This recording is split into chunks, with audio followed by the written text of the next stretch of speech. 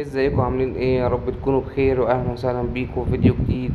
وان شاء الله يا جماعه شرح النهارده يكون مميز جدا جدا، واكيد انتوا عرفتوا شرح النهارده عباره عن ايه من عنوان الفيديو. ويا ريت يا جماعه قبل ما نبتدي الشرح بتاعنا النهارده اللي مش عامل لي فولو على الانستجرام يخش يعمل لي فولو دلوقتي، ولو حد عنده اي استفسار في اي حاجه او عنده سؤال في اي حاجه يخش يكتب لي في رسائل الانستجرام وان شاء الله هرد عليه. هتلاقوا اللينك في الديسكريبشن.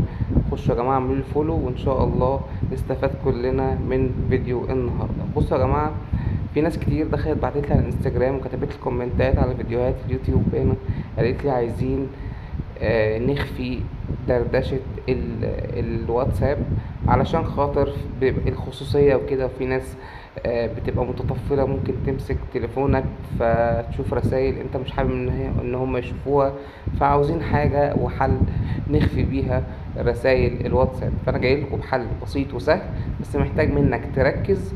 ويا ريت يا جماعه معلش نسيت اقول لكم، اللي مش مشترك في القناه وبيتفرج عليا لاول مره يشترك دلوقتي، واللي مشترك عندي بالفعل وبيشوف الفيديو ده طالب منك طلب، يا ريت لو تخش تعمل ان سبسكرايب وتعمل سبسكرايب من اول وجديد علشان الفيديوهات ما بقتش بتظهر لكل الناس. تمام؟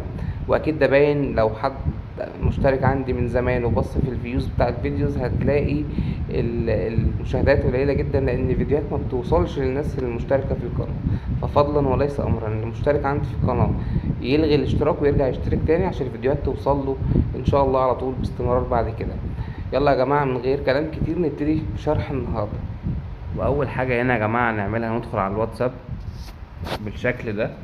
طبعا يظهر لنا المحادثات، نختار منها المحادثة اللي احنا عاوزين نخفيها تماما من الواتساب. هنيجي مثلا وليكن على المحادثة دي ونضغط عليها ضغطة مطولة كده تبقى بالشكل اللي قدامنا ده. هنيجي عند الثلاث نقط اللي فوق كده ونضغط عليهم. هنختار رابع اختيار اللي هو اللوك شات. تمام، وندوس كونتينيو وطلب مننا بصمة الصباع.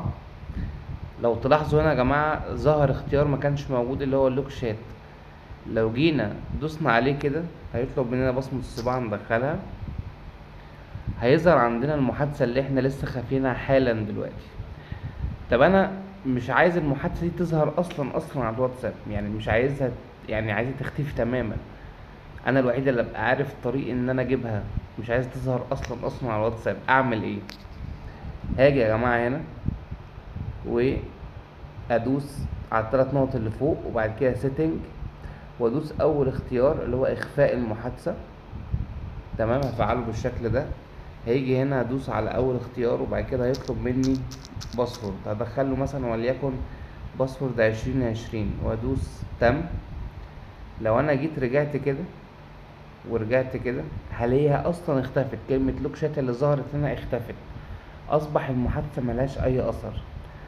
طب دلوقتي الشخص اللي خفى المحادثة المهمة بالنسبة له قوي دي عايز يرجعها تاني، يرجعها ازاي؟ الموضوع سهل جدا جدا وبسيط.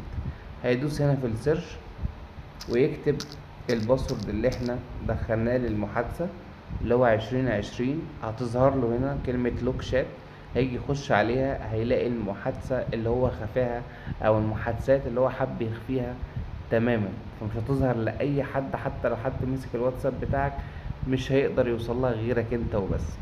وده يا جماعة كان شرح النهاردة. اتمنى كل الناس اللي اتفرجت على الفيديو تطبق الخطوات واحدة واحدة، ولو في حد وقفت قدامه حاجة يبعتلي على الانستجرام ويعمل لي فولو هناك وهرد عليه على طول ان شاء الله.